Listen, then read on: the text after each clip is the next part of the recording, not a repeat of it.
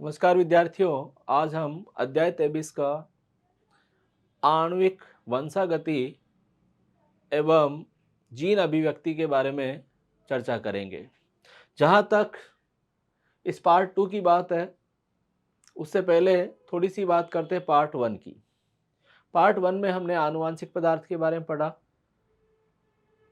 आनुवांशिक पदार्थ डीएनए होता है, इसे प्रयोगों द्वारा सिद्ध किया। न्यूक्लिक अम्ल किसे कहते हैं, इसके बारे में बात की। डीएनए की संरचना के बारे में अध्ययन किया। उसके बाद में पार्ट 2 में हम विभिन्न प्रकार के सजीवों में जो गुणसूत्र पाए जाते हैं, क्रोमोसोम पाए जाते हैं, उसके बारे में बात करेंगे। यूकेरियोटिक क्रोमोसोम, देखिए सजीव जो होते हैं उनकी कोशिका संरचना के आधार पर उनको दो प्रकारों में बांटा जाता है।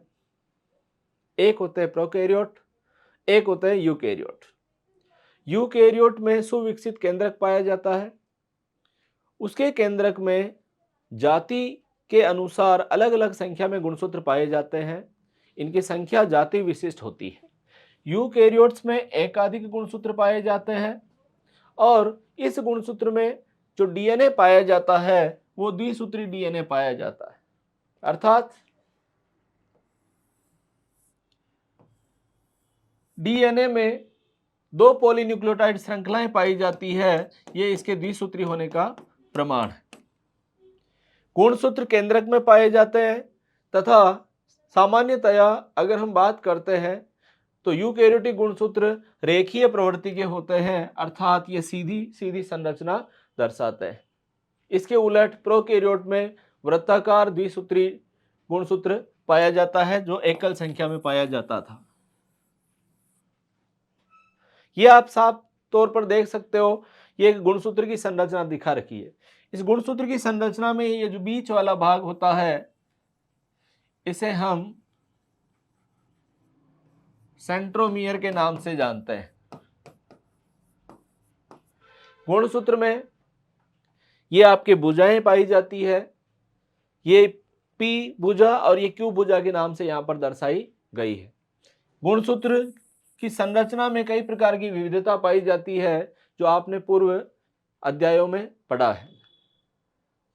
डीएनए पैकेजिंग, देखिए सबसे पहले मैं आपको एक छोटी सी बात बताना चाहता हूं कि ये मान लीजिए कोई सजीव है।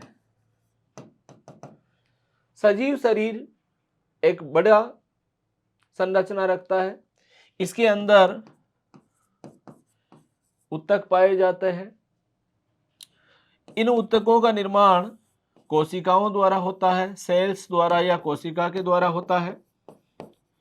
कोशिका में एक छोटा सा केंद्रक पाया जाता है और इस छोटे से केंद्रक में डीएनए का अणु समाहित रहता है।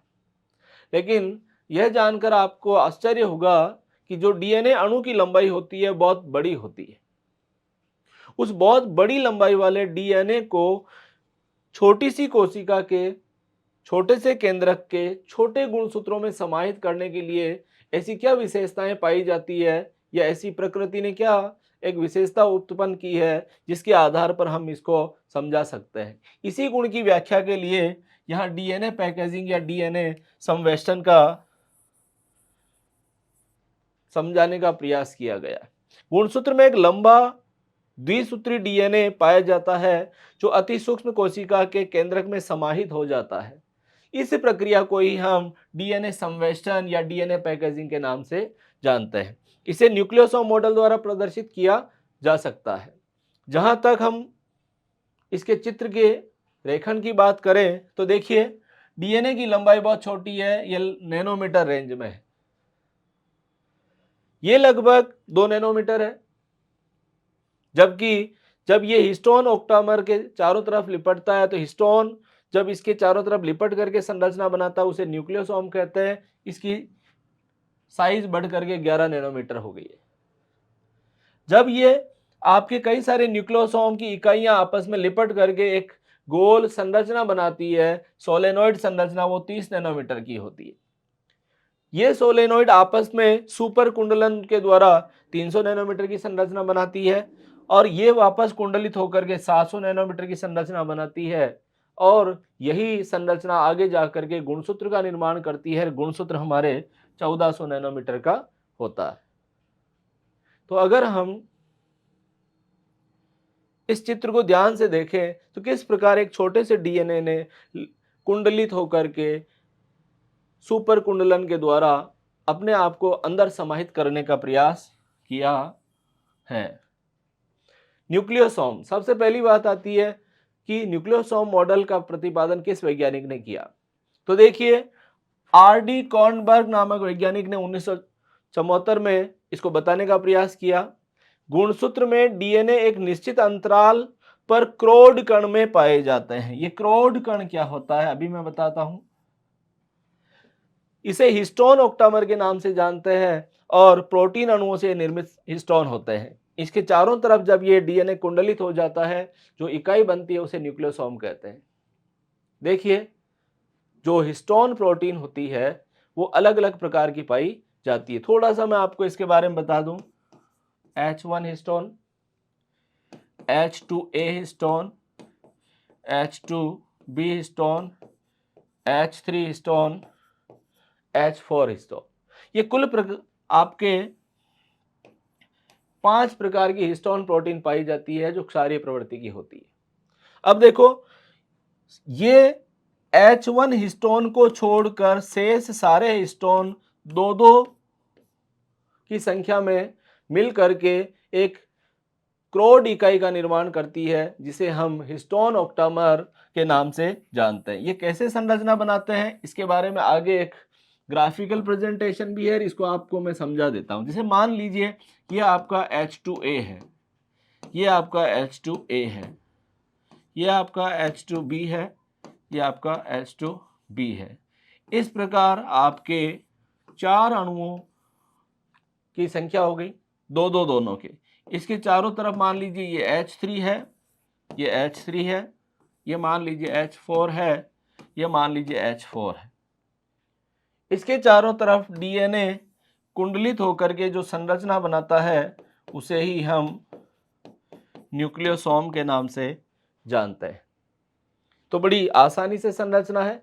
यहां पर देखिए ऑक्टा, ऑक्टा का मतलब होता है 8, मर मीन्स यूनिट्स। तो ये 8 हिस्टोन इकाइयों से निर्मित होता है, इसीलिए हम हिस्टोन अष्टक के नाम से इसको जानते हैं, हिस्टोन ऑक्टामर के नाम से इसको जानते हैं। बड़ा सामान्य सा एक न्यूक्लियोसोम मॉडल आता है।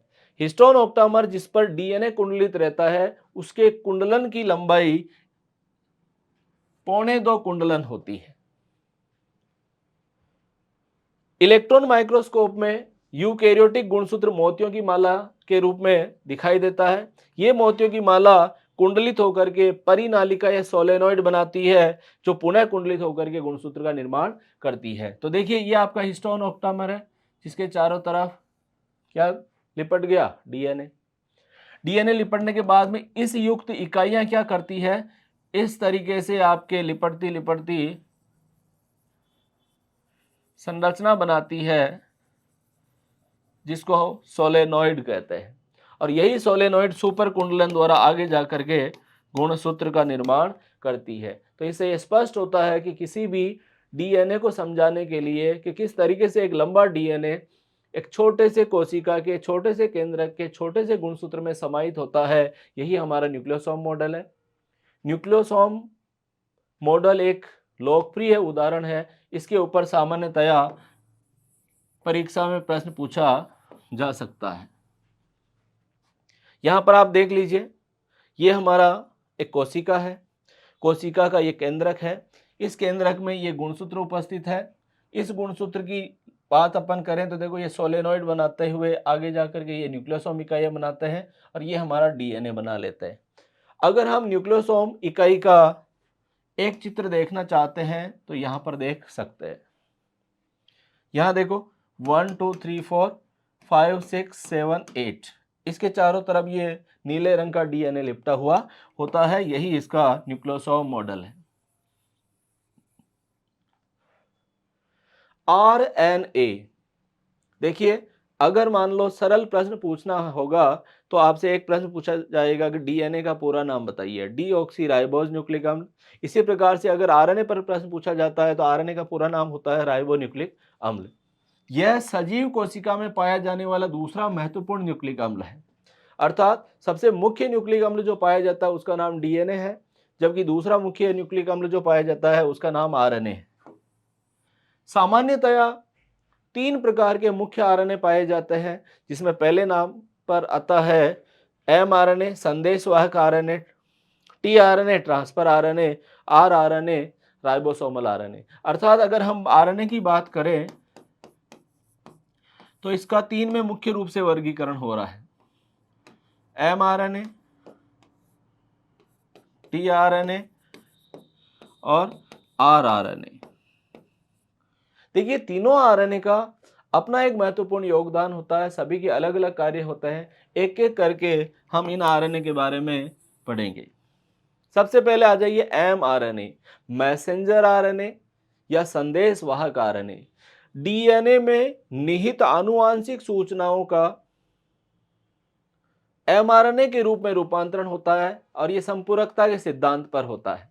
यहां पर हम समझ सकते हैं कि यह एक एकल सूत्रीय आरएनए होता है। पहला प्रश्न यही आता है कि यह किस प्रकार का आरएनए, एकल सूत्रीय आरएनए होता है जो प्रोटीन संश्लेषण के लिए आवश्यक है।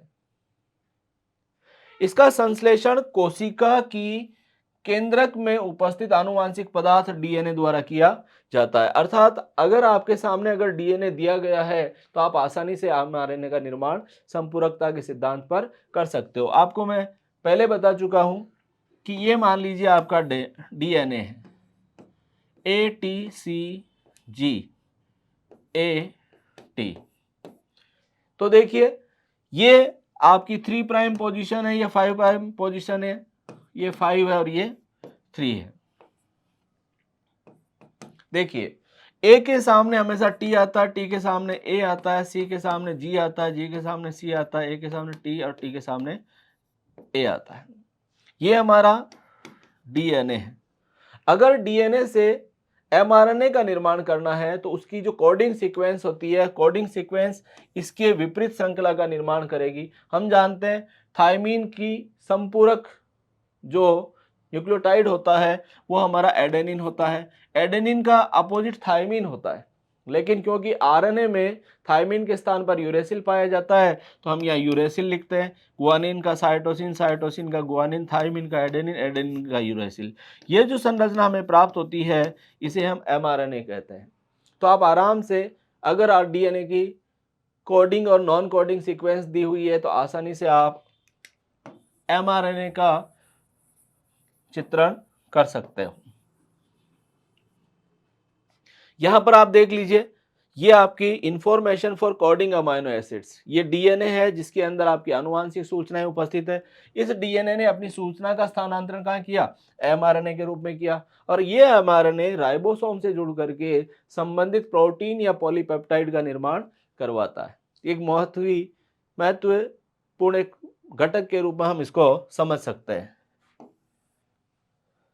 टीआरएनए, टीआरएनए का पूरा नाम होता है ट्रांसफर आरएनए। ये क्या करता है, देखिए टीआरएनए जो होता है ये आपके अमाइनो एसिड को पकड़ करके और राइबोसोम के पास लाने का काम करता है।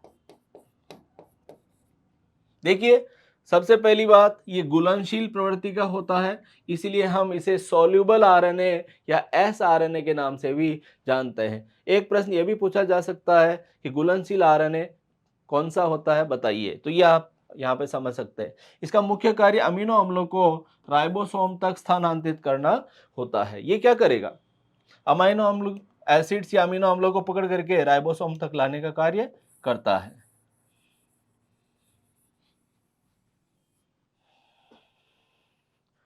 टीआरएनए की संरचना देखिए, एक वैज्ञानिक था, इसका प्रतिपादन करने वाले का नाम था हॉली।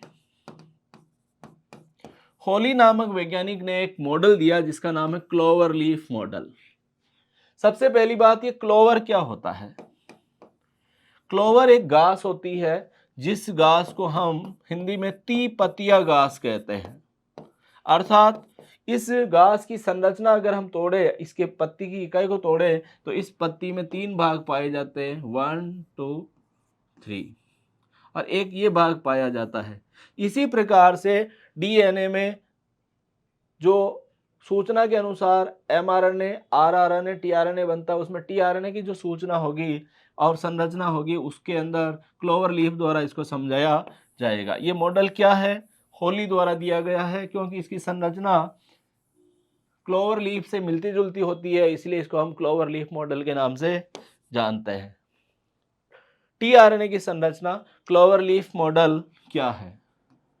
देखिए, क्लोवर लीफ मॉडल की बात करें तो देखिए, जिस प्रकार से अभी मैंने क्लोवर लीफ बनाई थी, आप उसी से तुलना करते। देखिए, क्लोवर लीफ अपन ने ऐसी देखी थी, अभी यूं, यही थी। जिस प्रकार ये इसका डंठल था, उसी प्रकार से एक भाग यहां पर पाया जाता है टीआरएनए का। इसको हम अमाइनो एसिड अटैचमेंट साइट, अर्थात अमीनो अम्ल संलग्न होने वाली श्रृंखला के नाम से इसको जानते हैं। यहां पर इसका एक सिरा पाया जाता है, जिसे 3 प्राइम सिरा कहते हैं, एक पर 5 प्राइम सिरा पाया जाता है। ये इस प्रकार निकट आता है कि इसके अंदर दोहरी संरचना दिखाई देने लगती है। इसकी संरचना में ये 3 लूप पाए जाते हैं, 2 नंबर पर ये एक लूप है, 3 नंबर पर एक लूप है, 4 नंबर पर एक लूप है। ये जो लूप पाए जाते हैं, अर्थात ये जो गोलाकार संरचनाएं पाई जाती है, इन गोलाकार संरचनाओं को लूप कहते हैं, और इनकी विशेषता के आधार पर इन लूपों का नामकरण किया गया है।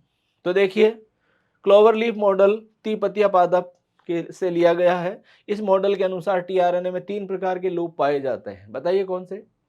पहला, number 1 anticodon loop, number 2 T psi C loop, 3 DHU loop.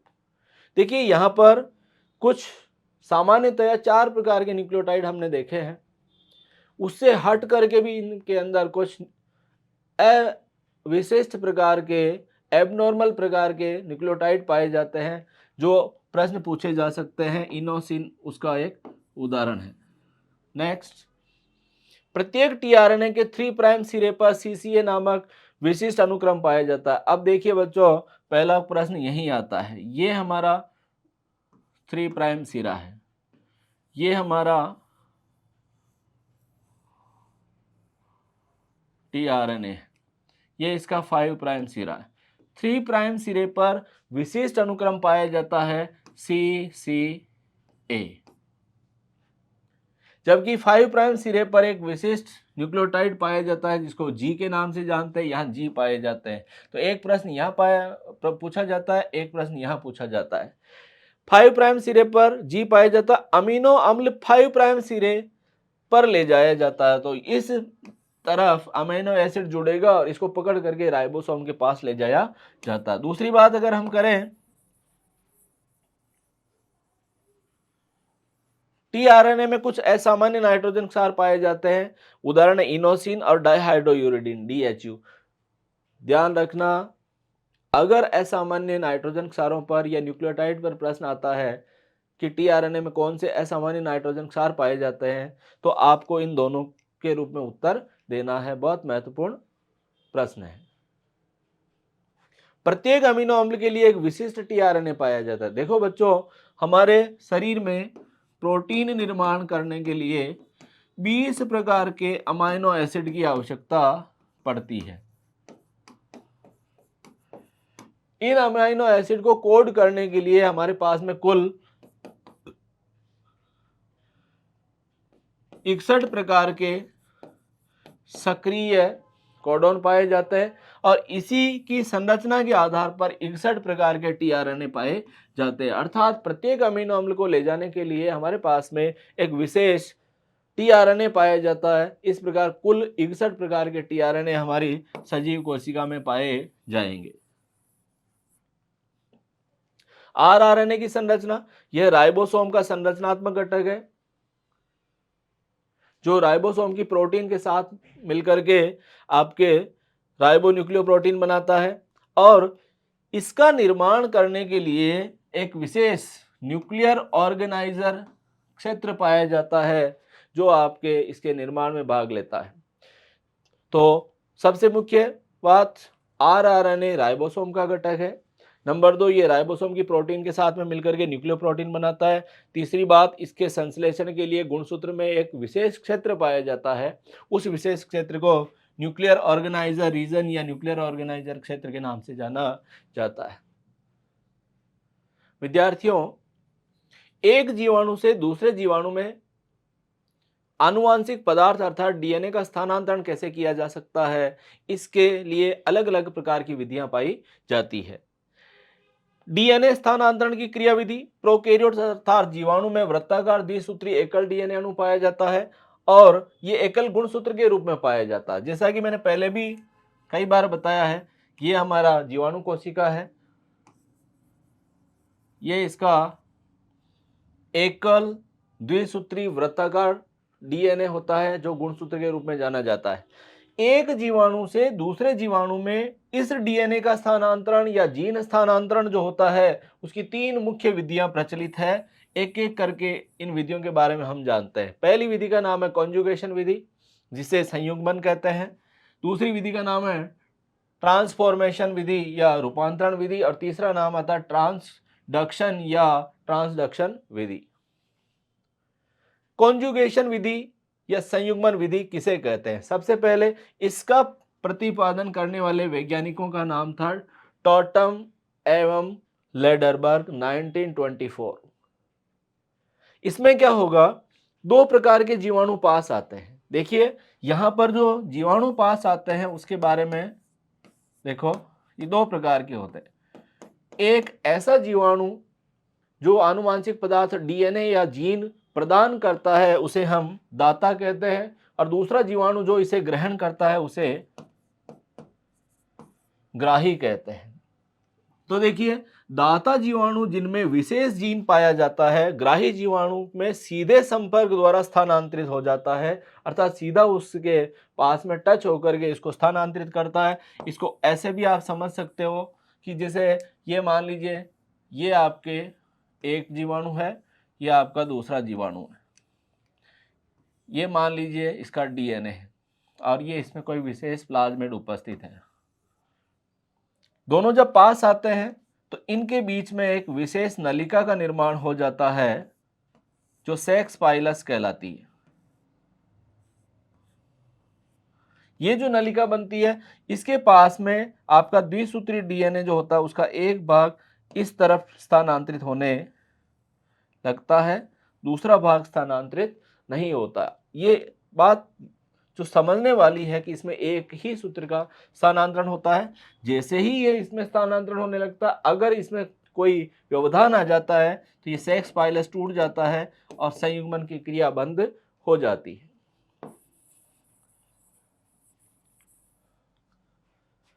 यहां पर एक क्लियर चित्र दे रखा है। इसमें देखिए ये एक दाता है, डोनर यानी दाता जीवाणु, रेसिपिएंट यानी ग्राही जीवाणु। जैसे ही साहब आपके इस मान लीजिए प्लाज्मिड से जीन स्थानांतरण करना है तो दोनों पास आते हैं। पास आने पर इसमें एक नलिका का निर्माण होता है। देखिए इसी नलिका को अपन संयुग्मन नलिका कहते हैं,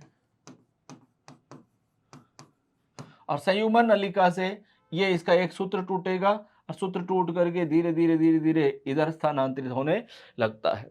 और जैसे स्थानांतरण पूर्ण हो जाता है तो ये आपस में संयुग्मन नलिका टूट जाती है, और संयुग्मन नलिका टूटने के बाद में दोनों जीवाणु पृथक हो जाते हैं।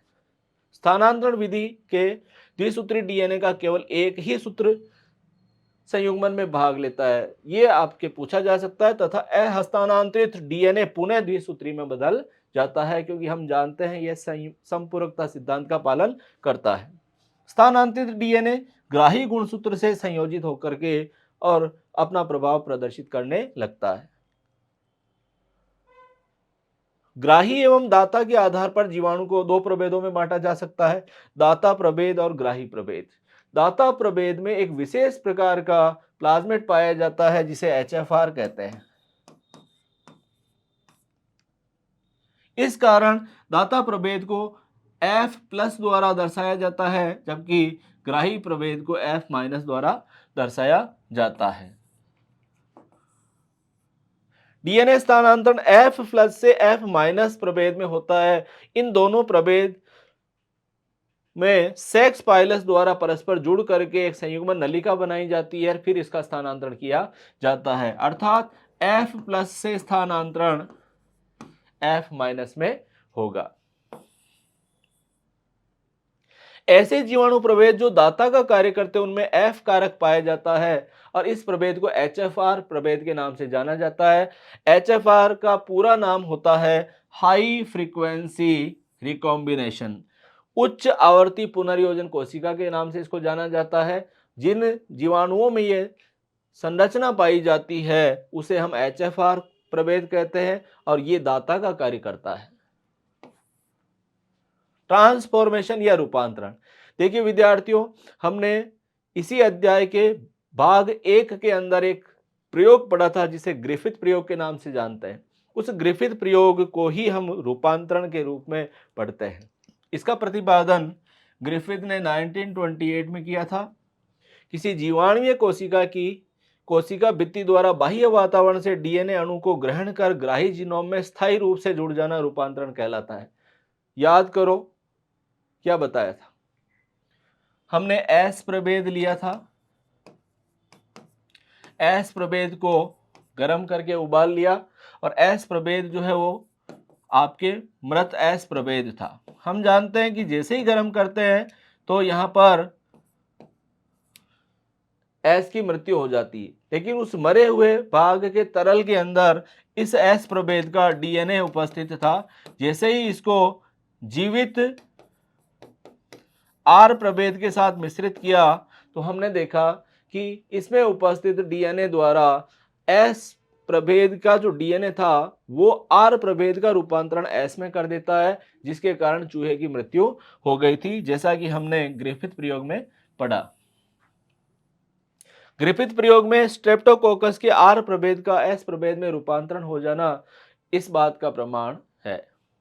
इसको हम इस चित्र द्वारा समझ सकते हैं कि ये हमारा बैक्टीरियल सेल है, बैक्टीरियल क्रोमोसोम है, ये इसके अंदर प्रवेश कर जाते हैं। ये आपकी मान लीजिए मृत एस प्रभेद है, ये आपका क्या है, आर प्रभेद है। जैसे ही इसका एक डीएनए का खंड इधर प्रवेश करता है तो आप क्या देखोगे, ये इससे जुड़ जाता है, आर का रूपांतरण एस में हो जाता है। यही आपका रूपांतरण सिद्धांत है।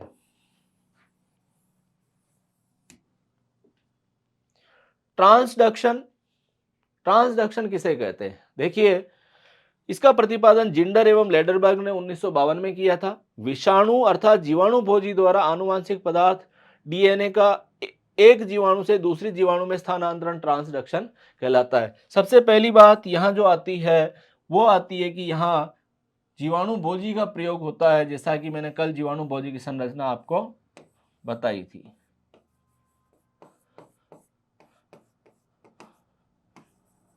ठीक है, ये जीवाणु भोजी एक जीवाणु से दूसरे जीवाणु में जीन या डीएनए स्थानांतरण में सहायता प्रदान करता है। इसे ही हम ट्रांसडक्शन के नाम से जानते हैं। यहां पर ये चित्र आप देख सकते हो। मान लीजिए ये आपका एक जीवाणु भोजी आता है, ये एक नंबर जीवाणु को अटैक करता है। इसका आनुवांशिक पदार्थ जो कि ये लाइट ग्रीन कलर का है अंदर प्रवेश कर जाता है और अंदर जाकर के इस जीवाणु कोशिका में इस जीवाणु भोजी के क्या होंगे, भागों का निर्माण होगा। ये नए जीवाणु भोजी बन गए कई सारे और ये इसको तोड़ करके बाहर निकल जाते हैं। इसके हम लाइसोजेनी या लयन के नाम से जानते हैं। ये वापस निकलने वाले जो जीवाणु भोजी है नए जीवाणु को संक्रमित करेंगे और वहां जाकर के एक जीवाणु के डीएनए का स्थानांतरण दूसरे में कर देते हैं। इसी को हम ट्रांसडक्शन के नाम से जानते। जीवाणु भोजी द्वारा जीवाणु को परपोषी कोशिका के रूप में प्रयोग किया जाता है। वो इसकी मशीनरी का प्रयोग करता है, अपने घटकों का निर्माण करता है तथा नए जीवाणु भोजी का निर्माण करता है तथा जीवाणु की मशीनरी का प्रयोग करते हुए स्वयं के घटकों का निर्माण करेगा। अंततः लाइसोजेनी अर्थात उसको तोड़ करके बाहर निकल जाता है। इसे लयन या लाइसोजेनी के नाम से जानते हैं। ये जीवाणु भोजी को तोड़कर बाहर आ जाते हैं, मुक्त हो जाते हैं। तो इस प्रकार से एक जीवाणु से दूसरे जीवाणु में डीएनए या जीन स्थानांतरण की 3 विधियों के बारे में हमने यहां पर पढ़ा है। अगला आता है सेंट्रल डॉगमा या केंद्रीय सिद्धांत पथ। सबसे पहले सेंट्रल डॉगमा का प्रतिपादन एफसी क्रिक नामक वैज्ञानिक ने 1958 में किया था।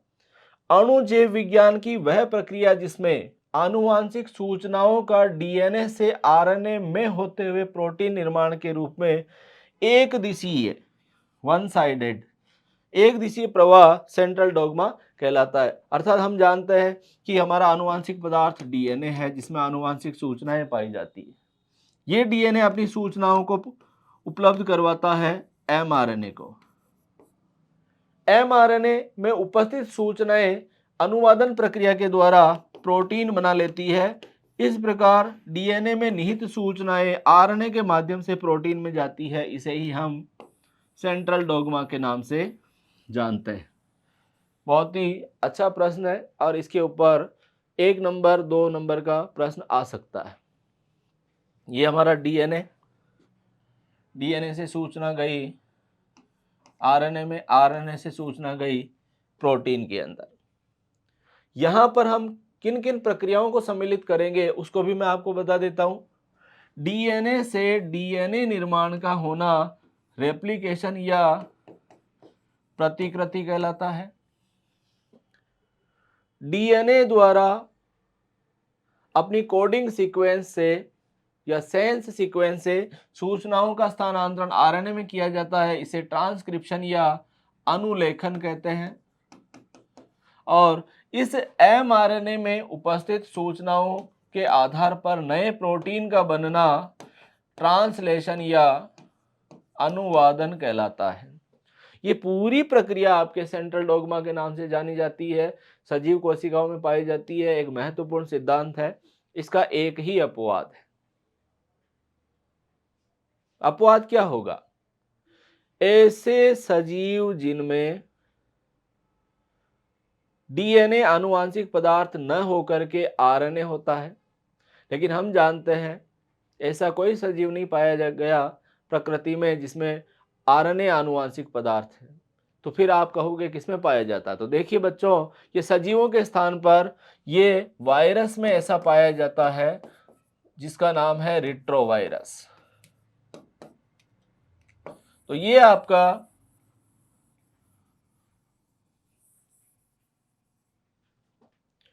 अणु जीव विज्ञान के 3 चरण होते हैं सेंट्रल डॉगमा में। DNA replication, transcription, translation. अर्थात डीएनए से डीएनए निर्माण की प्रक्रिया को हम प्रतिकृति या डीएनए रेप्लिकेशन कहते हैं। अनुलेखन किसे कहते हैं? डीएनए से आरएनए निर्माण की प्रक्रिया को अनुलेखन कहते हैं। और एमआरएनए में निहित सूचनाओं के आधार पर प्रोटीन निर्माण की क्रिया क्या कहलाती है? अनुवादन के नाम से जानी जाती है। ये सेंट्रल डॉगमा में 3 मुख्य घटनाओं का अध्ययन किया जाता है। ये एफसी क्रिक ने बताया। रिवाइज्ड सेंट्रल डॉगमा किसके लिए दिया? देखो, ऐसे सजीव जिनका आनुवांशिक पदार्थ डीएनए होता है उनमें सेंट्रल डॉगमा सिद्धांत लागू होता है। लेकिन ऐसे वायरस जिसका आनुवांशिक पदार्थ आरएनए होता है उन्हें हम रिट्रोवायरस कहते हैं। और रिट्रोवायरस के अंदर प्रक्रिया थोड़ी बदल जाती है। इसको सबसे पहले समझाने का काम किया था टेमिन और बाल्टीमोर। इसे ही हम संशोधित सेंट्रल डॉगमा या रिवाइज्ड सेंट्रल डॉगमा के नाम से जानते हैं। रिट्रोवायरस में रिवर्स ट्रांसक्रिप्टेज एंजाइम पाया जाता है। विशेष एंजाइम है, इस एंजाइम का नाम याद रखना। तो रिवर्स ट्रांसक्रिप्टेज एंजाइम की उपस्थिति में आरएनए की सूचनाओं का स्थानांतरण डीएनए के अणु के रूप में होता है। तत्पश्चात सेंट्रल डॉगमा का अनुसरण किया जाता है। इसे ही हम सेंट्रल डॉगमा का रिवाइज्ड रूप या संशोधित सेंट्रल डॉगमा के रूप में जानते हैं। यहां आप अच्छे तरीके से समझ सकते हो, डीएनए से डीएनए का बनना रेप्लिकेशन कहलाता है। डीएनए से आरएनए का बनना अनुलेखन कहलाता है। आरएनए की सूचना के अनुसार प्रोटीन का बनना ट्रांसलेशन कहलाता है। अब देखिए यहां पर जब आरएनए रिवर्स ट्रांसक्रिप्टेज एंजाइम की उपस्थिति में डीएनए बना लेता है तो ये सेंट्रल डॉग्मा का रिवाइज्ड रूप कहलाएगा। इसे रिवर्स ट्रांसक्रिप्शन के नाम से जाना जाता है। इसे हम इस चित्र द्वारा भी समझ सकते हैं।